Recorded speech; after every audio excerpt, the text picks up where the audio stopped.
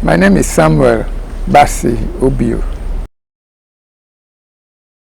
It was marked in March, and since then we have been during the stakeholders meeting, we have been impressing on them that they could save most of the properties here if they revert back to the old alignment of about 50 meters. And actually the minister made a pronunciation that the road has been redesigned to 50 meters. We moved here about a month ago. That would have been in June. That was in June.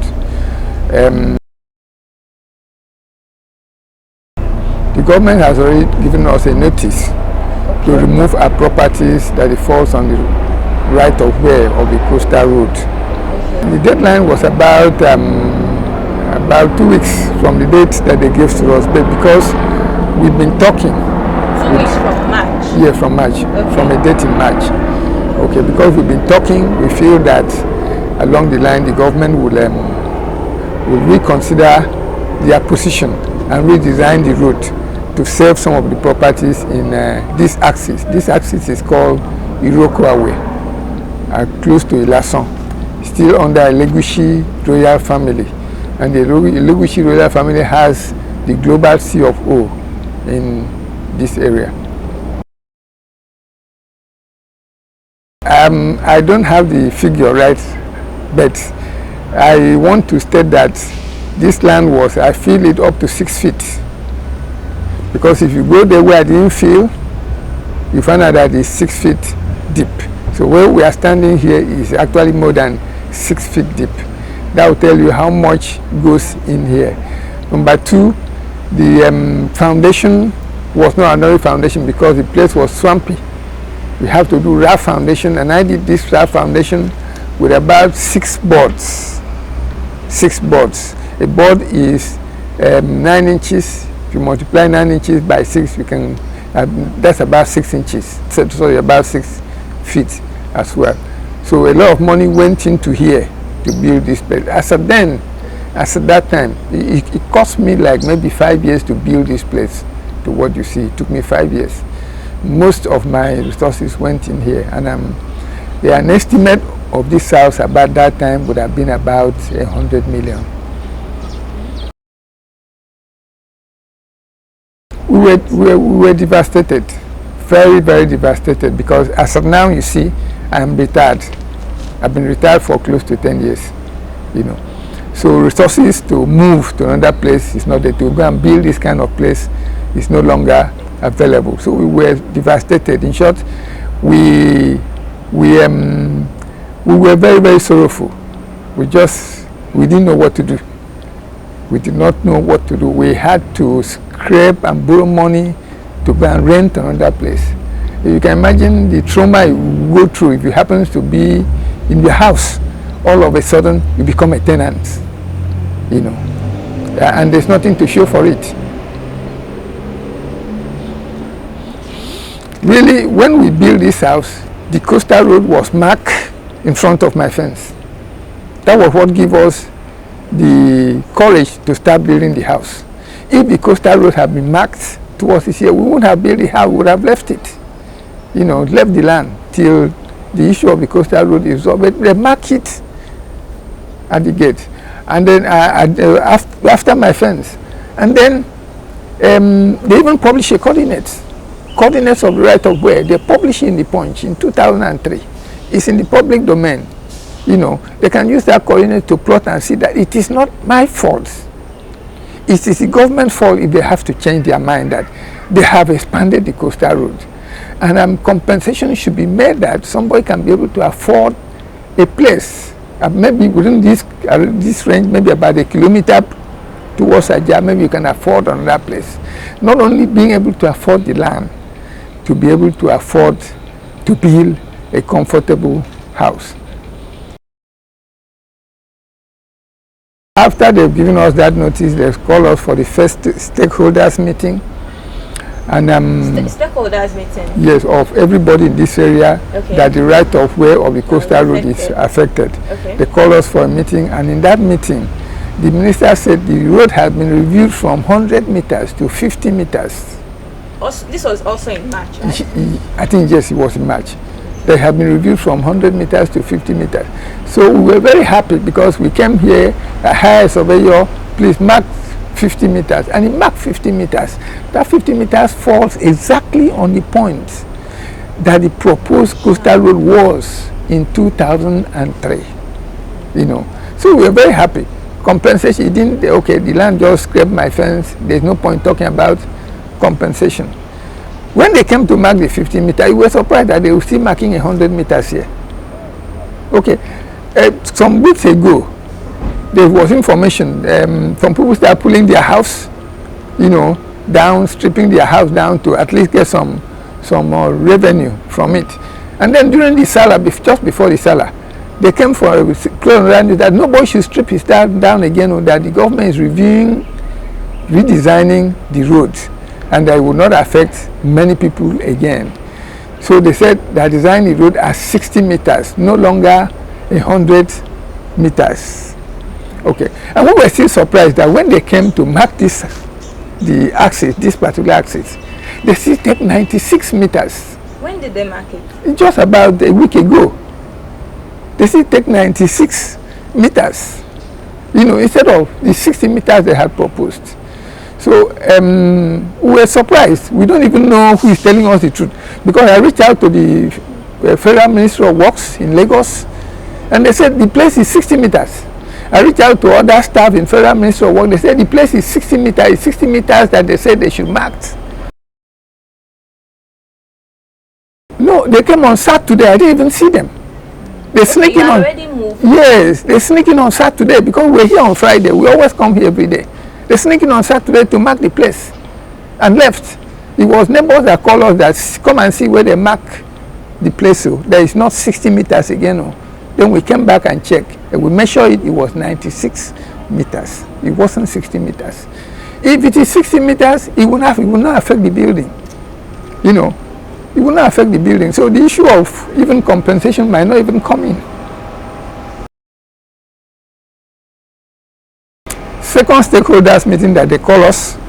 When was that? That was about June, and then we saw the controller, the Lagos State, Federal Government of Works controller in Lagos State, and the amount proposed to me to pay me for this property was about 2% of the worth of this property. 2%. I cannot tell you the figure because of the indemnity clause that I have signed. This land is on 1,500 square meter, and that is about 3 plots of land. And this area, 3 plots of land, is about 250,000 naira now.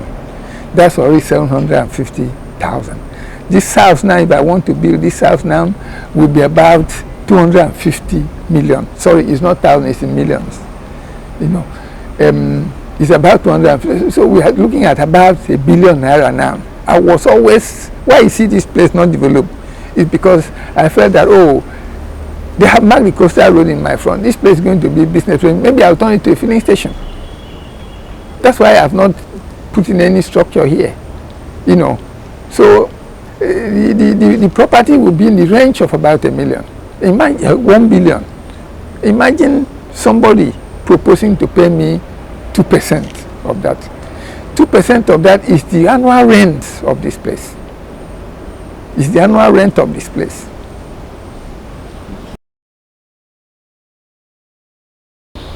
The last time we met with the government officially was, I think, in June. I don't know that.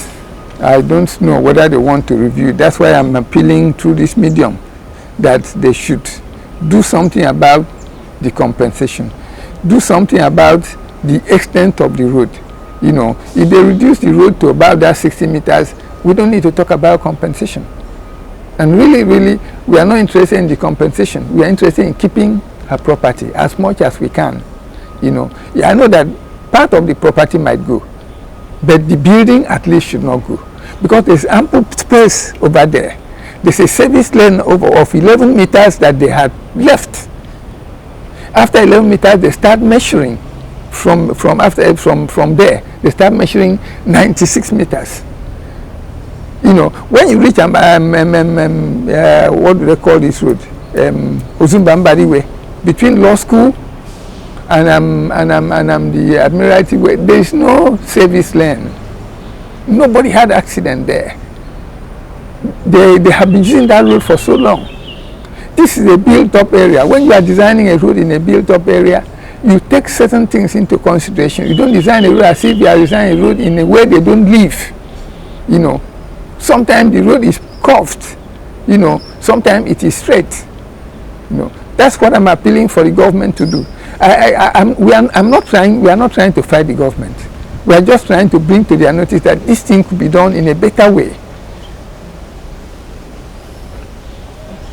That will satisfy everybody, you know, because the minister said when you want to eat an omelette, you break the egg.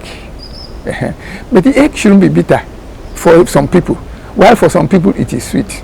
The egg should be sweet to everybody. This coastal road is being handled by federal government investments and private investments.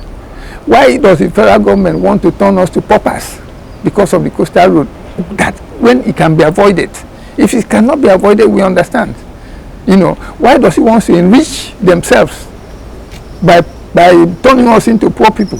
Why does it want to enrich the other partners, their partners? Because they are going to collect toll gates. And that means a profit-making venture. He is taking the small one that we have to go and be adding to the much that they have. Is not a fair outlook of things. Okay. What's your favorite memory of this place?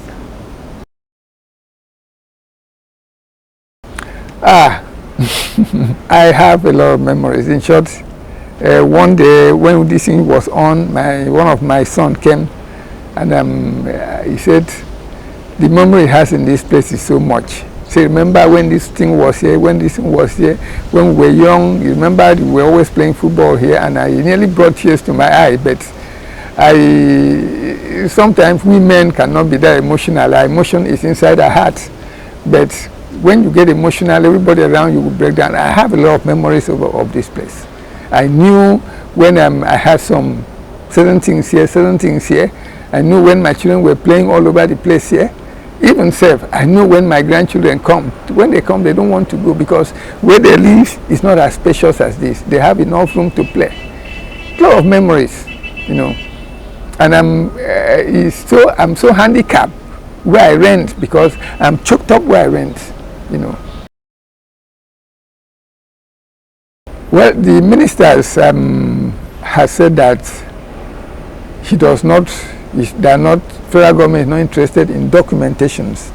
The only documentation they want is that you are the owner of the property, which I have documents to show them that I'm the owner. And those documents are even filed with the Federal Ministry of Works. They are filed with the Lagos State government as well. I'm a very, very fair person in my assessment of things. I've been involved in project management for the better part of my career before I retired. The demolishing of people's property, there are some that could be avoided if they really put their heads to see how they can work out a better way. There are some that cannot be avoided. You know, there are some that cannot be avoided. But the properties on this axis, some can be avoided. Where we live now is far down from here. In short, it could be, we could say in between here and Ekpe, that's where we are. So waking up in the morning, to come out, you have to leave the house by 5 in the morning. As against leaving this place, if you want to go into Lagos, we used to leave by maybe 7 or 8. you have to wake up, you have to leave the house by 5, you know. And for the past 3 days I've been coming here, it looks as if I'm still working. I'm no longer retired because I have to leave the house to come here, and if you don't leave that early, you get trapped in the traffic. I want the government to do is this. One, they have said that they are proposing 60 meters. Let that 60 meters pass through this place. Let them not take 96 meters. That's what I will try doing. Two, if actually they want to still take over the building, then compensation that is. Well, I'm expecting like 70% of the worth of this property is.